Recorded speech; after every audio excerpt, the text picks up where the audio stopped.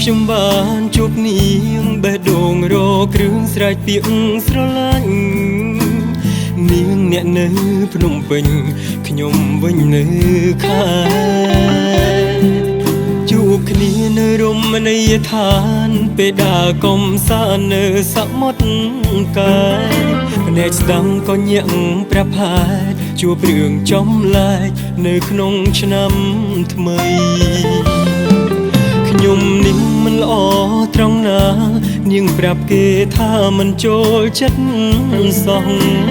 ជួបម្ដងណាក៏ឆ្លួងស្ទើរផ្ទុំផែនដីគេថាស្អប់ចំពប់លើឯមនុស្សភ្លីភ្លើចំពប់រឿងស្រី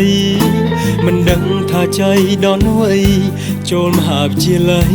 រៀនជាមួយគ្នាសម្បត្តិខូចចិត្តផ្ញើទៅកាន់ឋានសួគ៌រាប់រយសំណួ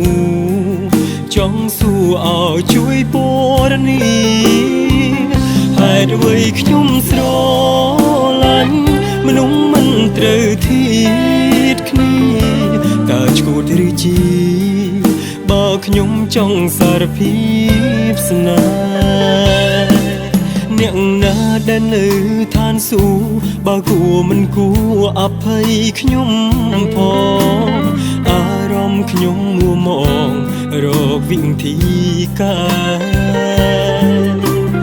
ចង់ជានីនឹងនាងចង់ផ្ញើចំរៀងពីអារម្មណ៍ស្នេហ៍ជប់ឆ្លងគ្នាទៅបានទេដឹងទេគ្រប់ពេលខ្ញុំនឹកប៉ុណ្ណា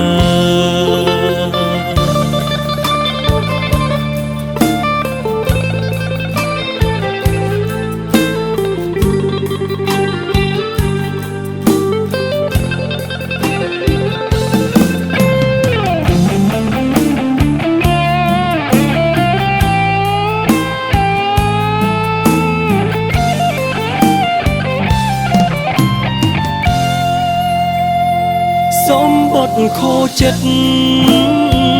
ផ្ញើទៅកាន់ឋានសួគ៌រាប់រយសំណួរចង់សួរឲ្យជួយពរនីហេតុអ្វីខ្ញុំស្រឡាញ់មនុស្សមិនត្រូវធៀបគ្នាតើឈួតឬជីបើខ្ញុំចង់សារភាពស្នេហ៍អ្នកណាដែលនៅឋានសួគ៌បើគួរមិនគួរអភ័យខ្ញុំផងអារម្មណ៍ខ្ញុំមួមងរកវិធីការចង់ជានីនឹងនាងចង់ផ្ញើចំរៀងពីអារម្មណ៍ស្នេហ៍ជប់ឆ្លងគ្នាទៅបានទេដឹងទេគ្រប់ពេលខ្ញុំនឹកប៉ុណ្ណា